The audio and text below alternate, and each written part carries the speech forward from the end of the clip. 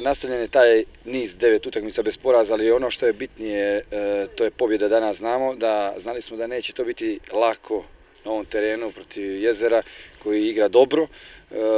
ali eto imali smo u nekim segmentima čak sjajne neke stvari na ovom terenu, nije bilo baš sjajno igrati tu pas igru i onda smo dobro se transformisali kad izgubimo tu loptu. Držali smo ritam čitave utakmice,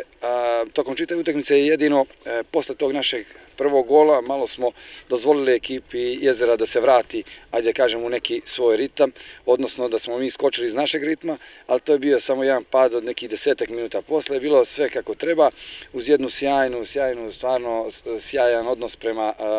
igri, sjajan odnos prema fudbalu i onda na kraju se i nagradi sa ta 3 boda.